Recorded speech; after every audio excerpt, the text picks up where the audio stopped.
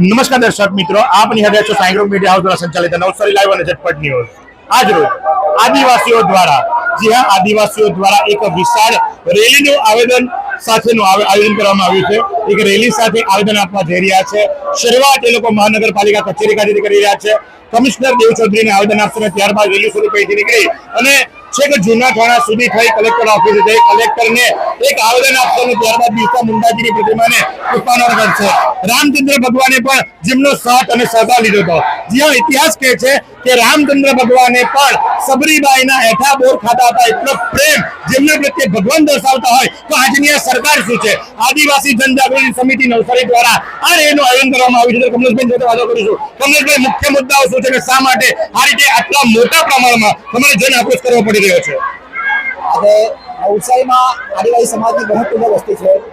નવસારીમાં આજે મહાનગરપાલિકા બની ગઈ છે, તો નવસારીમાં વિકાસ થાય એમાં અમને પણ ખુશી છે, પણ એ વિકાસના દોરમાં અમારા આદિવાસીઓને ક્યાંક ને ક્યાંક નુકસાન થવા જઈ રહ્યું છે। તો અમારા સમાજની માંગણી છે કે અમારા વર્ષોથી આદિવાસી સમાજ જે જગ્યા પર રહેતા છે એ જગ્યા પર તેમના ઘરોને વસવાટ કરવામાં આવે। અને અમારા 3 મુખ્ય માંગણીઓ સાથે અમે આવેદનપત્ર આપી રહ્યા છે। એમાં પહેલી મુખ્ય માંગણી છે કે વર્ષોથી જે જગ્યા પર આદિવાસીઓ વસવાટ કરી રહ્યા છે એ જગ્યા એ લોકોના નામ પર કરવામાં આવે। બીજો મુદ્દો છે કે અત્યારે રસ્તાઓ હાલમાં પહોળા થઈ રહ્યા છે, તો રસ્તાની આજુબાજુ પણ અમારા આદિવાસી સમાજના લોકો વસવાટ કરી રહ્યા છે, તો એમને પહેલા પ્રાથમિક ધોરણે કાયમની વસવાટ થઈ શકે એવા ઘરોની વ્યવસ્થા સાથે ઘર બનાવવામાં આવે, ત્યારબાદ જ એનું ડિમોલિશન થાય। અને ત્રીજો મુખ્ય મુદ્દો છે કે અમારા આદિવાસી સમાજના જે કઈ વિસ્તારોમાં જે કઈ પણ યોજના હોય, જે કઈ સરકારની પ્રોજેક્ટ હોય, તો અમારા આદિવાસી સમાજને જો નુકસાન થતું હોય તો એવા પ્રોજેક્ટ અમારા આદિવાસી સમાજના આગેવાનો જો ના પાડશે તો એ પ્રોજેક્ટો કેન્સલ કરવા એ અમારી મુખ્ય 3 માંગણીઓ સાથે અમે આજે કમિશનરશ્રીને આવેદનપત્ર આપવાના છે અને ત્યારબાદ કલેક્ટરશ્રીને આવેદનપત્ર આપવામાં આવે છે।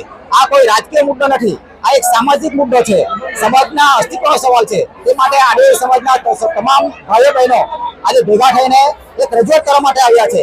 તો અમે પક્ષ પાર્ટીનો વિરોધ કરવા માટે નથી આવ્યા, ફક્ત સરકારી સાહેબોને અમે વિનંતી કરવામાં આવ્યા છે કે અમારા સમાજને જે નુકસાન થઈ રહ્યું છે એને તમે ન્યાય આપો અને અમારા સમાજનું જે અસ્તિત્વ છે એને બચાવવા માટે તમે પણ અમારી મદદ કરો। જય આદિવાસી, જય જવાહર। જો આ માંગણીઓ સ્વીકારવામાં નહીં આવે તો આગળ કયા પગલા લેવામાં આવશે?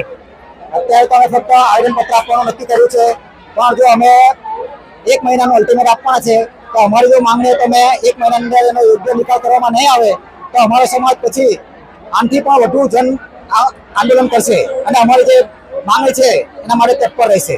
જો 1 મહિનાના અલ્ટિમેટમ દરમિયાન પણ એમની માંગણીઓ સંતોષવામાં નહીં આવે તો આનાથી વધુ જન આક્રોશ રેલી સાથે એનું આયોજન કરશે। તમે જુઓ છો એ પ્રમાણે નારાઓ લાગી રહ્યા છે કે હમ હમારા હક માંગતે નહીં કિસી સે ભીખ માંગતે, અને જેટલી પણ જમીન સરકારી છે એ જમીન અમારી છે જેવા નારાઓ મેં પહેલા જ કહ્યું કે આદિ અનાદિ કાળથી રામચંદ્ર ભગવાનના સમયથી આદિવાસીઓનું મહત્વ આપણા સમાજની અંદર રહ્યું છે અને જળ જમીન જંગલની સાથે જોડાયેલી આ પ્રજા પોતાના હક માટે આજે વિશાળ રેલી સ્વરૂપે નીકળી છે રસ્તા ઉપર, અને તમે એમનો આક્રોશ જોઈ શકો છો, એમની જનમેદની જોઈ શકો છો। તો આટલી મોટી સંખ્યામાં આજે જે લોકો ઉમટી પડ્યા છે એ પોતાના હક માટે, એ પોતાની જમીન માટે એ લોકો આજે એકત્રિત થયા છે। તો આજે કે પણ દ્રશ્યો આપ જુઓ છો એ દ્રશ્યો છે નવસારી મહાનગરપાલિકા ખાતેની કચેરીના, અને હજુ તો કલેક્ટરને આવેદન આપવા જવાનું બાકી છે, એટલે કમિશનર આવેદન અપાશે, કમિશનરને આવેદન પત્ર અપાયા બાદ અહીંથી રેલી સ્વરૂપે નીકળવામાં આવશે, રેલી નીકળશે અને એ રેલી પહોંચશે કલેક્ટર કચેરી ખાતે। તો આ પ્રમાણે આખી રેલીની પરિસ્થિતિ આપતા રહીશું। નિહાળ નવસારી લાઈવ।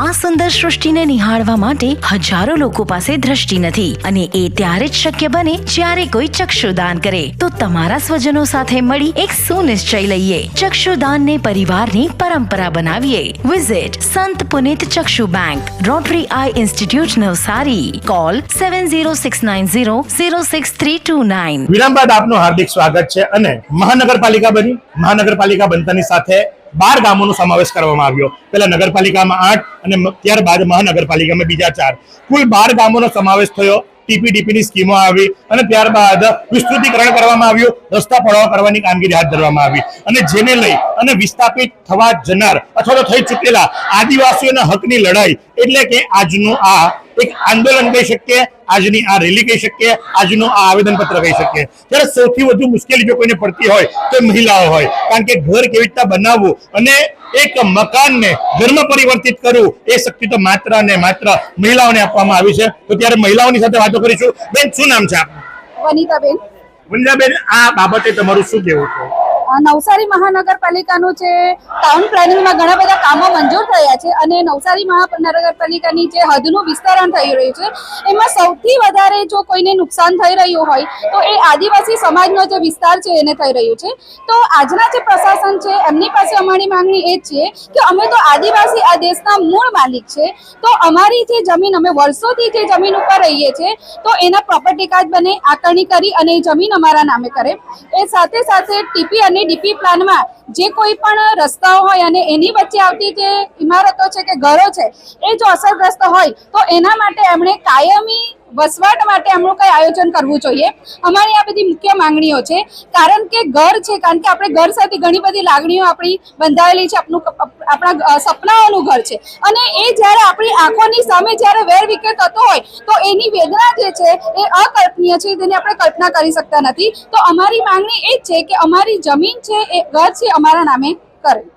અંદાજિત અત્યાર સુધીમાં કેટલા લોકોને વિસ્થાપિત કરવામાં આવ્યા છે અથવા તો કેટલા મકાનો તૂટ્યા છે, કોઈ આંકડો અથવા તો એમને કોઈ જગ્યા આપવામાં આવી છે કે નહીં? કારણ કે વાતો એવી કરવામાં આવે છે કે અમે FSI આપી દઈશું, પણ જે સામાન્ય વ્યક્તિ કે જે માંડ કદાચ પોતાનું કાચું પાકું ઘર બનાવીને રહેતો હોય એનું ઘર તોડી નાખવામાં આવે અને પછી એને FIC આપવામાં આવે. FIC એટલે કદાચ જો ગ્રાઉન્ડ ફ્લોર હોય તો તમે ઉપર બીજો એક માળ બાંધી શકો અથવા તો બીજો અડધો માળ બાંધી શકો, પણ જે ઘર તૂટી ગયું એ જ નથી રિપેર કરાવી શકવાના, તો FIC ને શું કરવાના? એ વિશે તમારું શું કહેવું છે?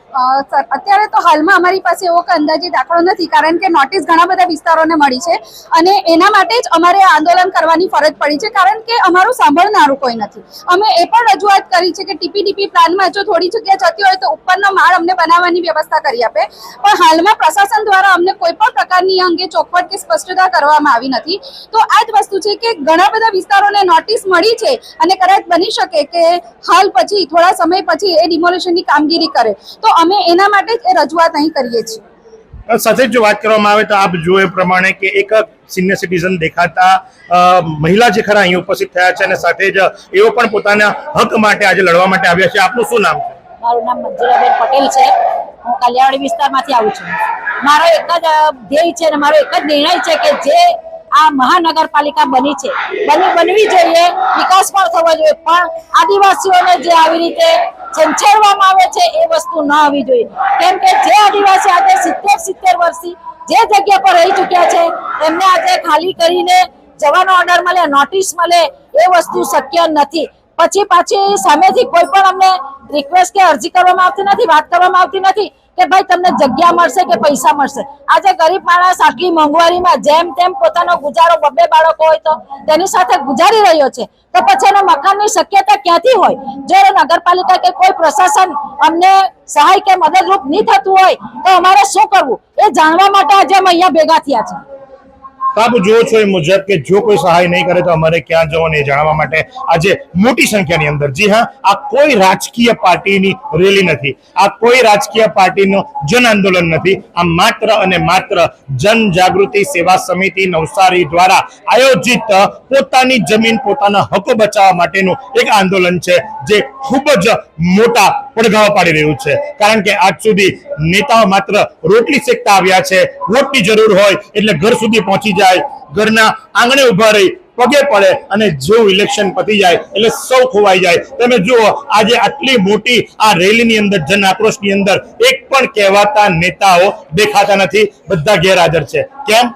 માત્ર વોટ માટે જ આ જનતાનો ઉપયોગ કરવો અને ઇલેક્શન પતી જાય એટલે ભૂલી જવું. અને સૌથી મહત્વની વાત, કોઈ પાર્ટીનું બેનર નહીં, કોઈ પાર્ટીનો ઝંડો નહીં, માત્ર અને માત્ર એક વાત, અને એ વાત છે આદિવાસી સમાજની, હકોની અને લડાઈની. તો આ પ્રમાણે પડે અપડેટ આપતા રહીશું. નિહાળતા રહો નવસારી લાઈવ.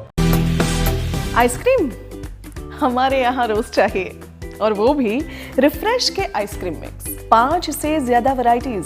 सर्च करो, क्लिक करो, लाइफ को रिफ्रेश करो.